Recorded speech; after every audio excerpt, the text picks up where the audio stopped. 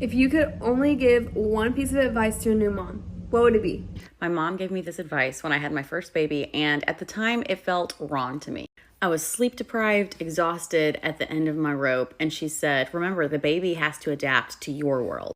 And when you're a new mom, you feel like you should be sacrificing everything for your baby. And, you should. But having someone tell you that your baby has to adapt to your life can kind of feel like they're telling you not to care as much, which isn't the case. The truth is, the baby does need to adapt to your world because they have to live in it. Knowing and accepting that can help you relinquish some of that despair that you feel as a new parent. So let go of that despair, new mama.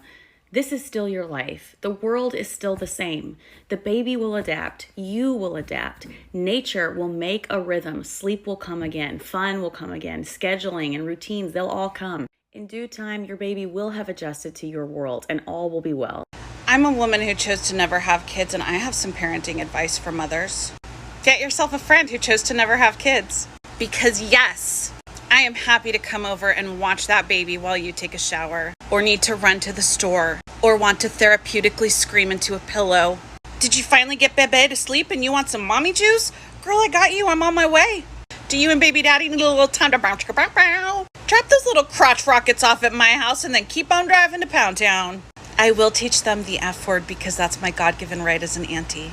Worried that I'm going to judge you because it's your third night in a row feeding them McDonald's? I don't care. I don't have kids.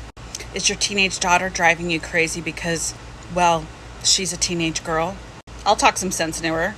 I'll scare the shit out of her. I don't care. I do reserve the right to take her for her first tattoo. Again, God-given right as an auntie.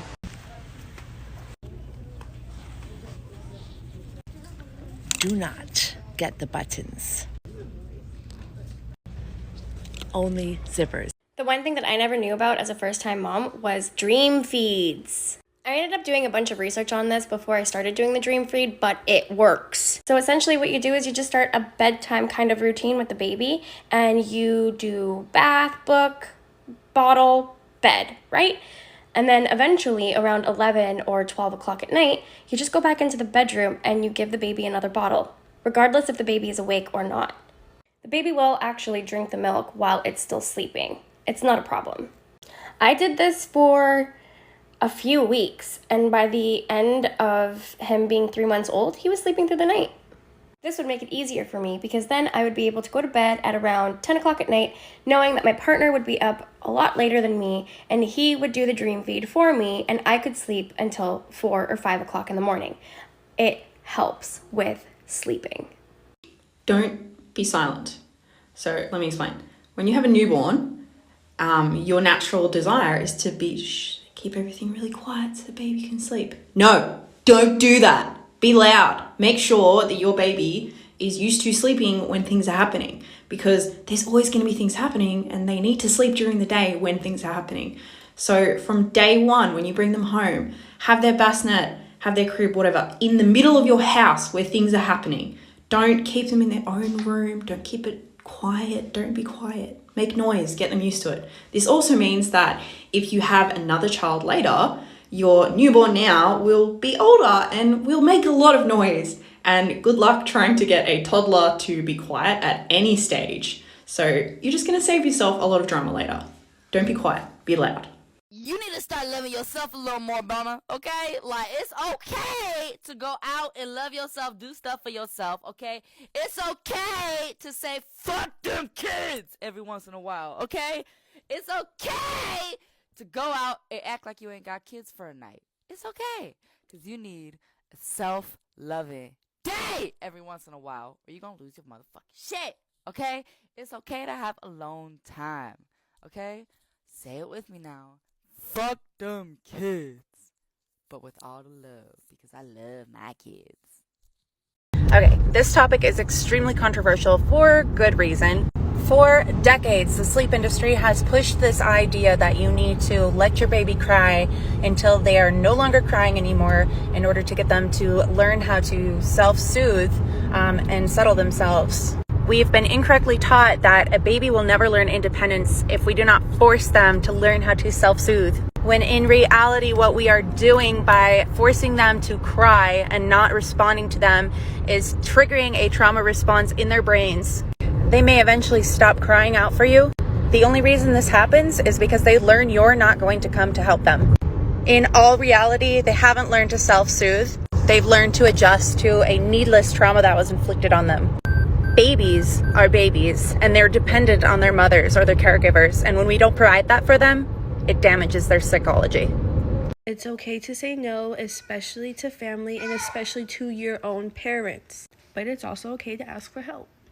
Do not compare yourself, your birthing experience, your pregnancy, your postpartum body, mental health to other women. Do not compare your baby to other babies. You guys are all different. You guys hit things differently. Your milestones are going to be different.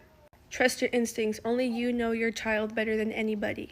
We know you could do it all, believe me, and we know that you want to do it all, but don't overwhelm yourself with tasks that need to get done and focus on the things that are more important. The dishes and laundry can wait. If you want to take a nap, take a nap. Live in the moment, embrace your baby. They're not going to be that small anymore. Don't focus on the stuff that you wish you could have done and focus on the stuff that you accomplished in that day, because that alone is big.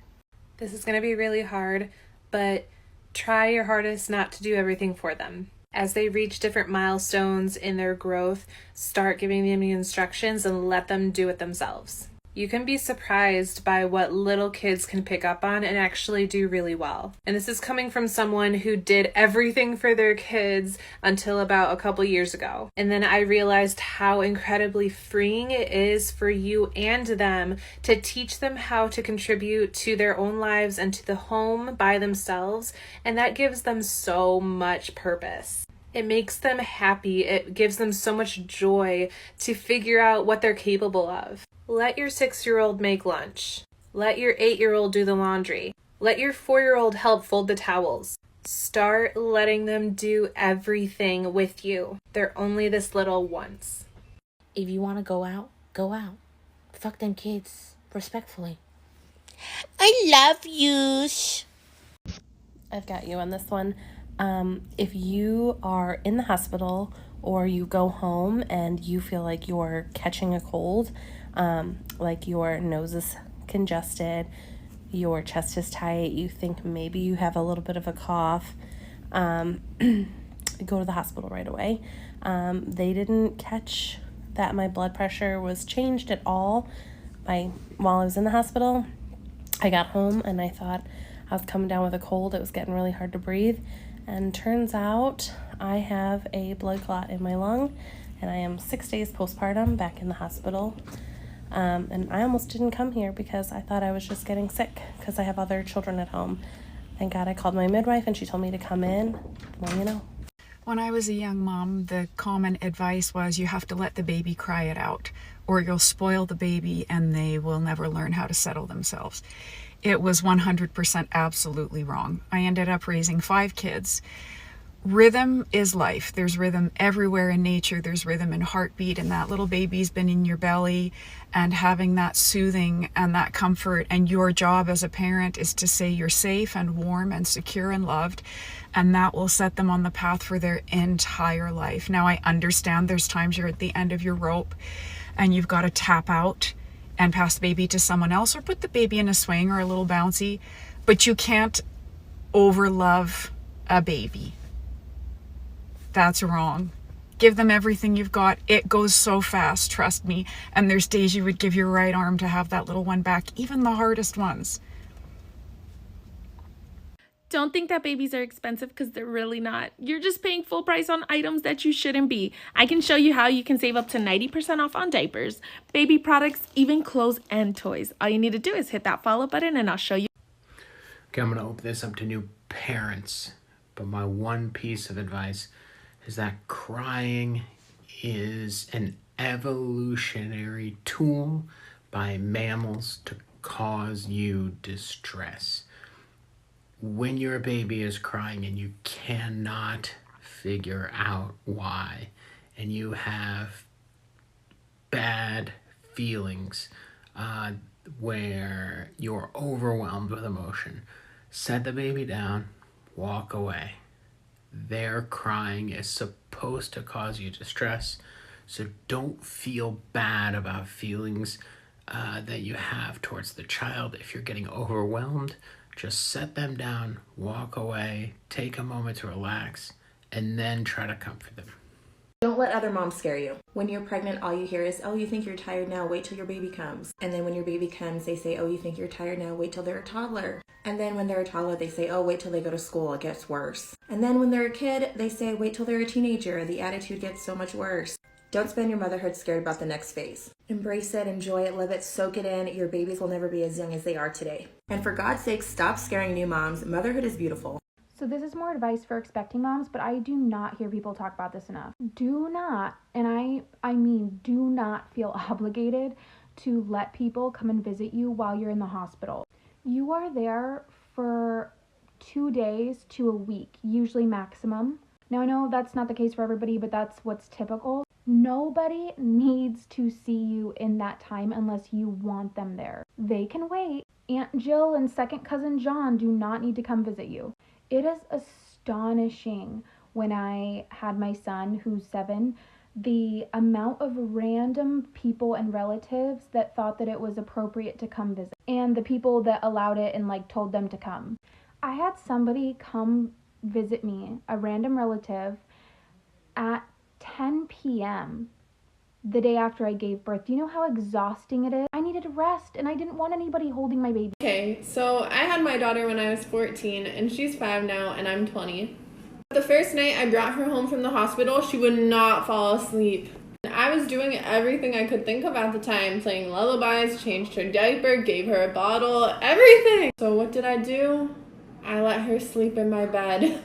Biggest mistake of my life. Of course, I'm the one to blame. I was the one that made a habit, but learn from my mistakes. As you know, kids are so cute, so cuddly when they're first born. Back then, I was perfectly fine putting her into bed every night and having her sleep in my bed. We ended up throwing out her crib and we shared a bed until she was 4. We even shared a room until this time last year. But bro, when I tell you I have to put her to bed every single night now, she refuses to fall asleep by herself. She won't let anyone else put her to sleep. I can't even be in another room until she's asleep. Make your child sleep by themselves. Girl, don't ask me. My daughter is fucked up. Okay? Mom! She is fucked. I wasn't talking about you. I was talking about my other daughter. Anyway, don't ask me. If you could only give one piece of advice to a new mom, what would it be? We'll go first. Sometimes you have a bad day, and that's okay. There'll be good ones too.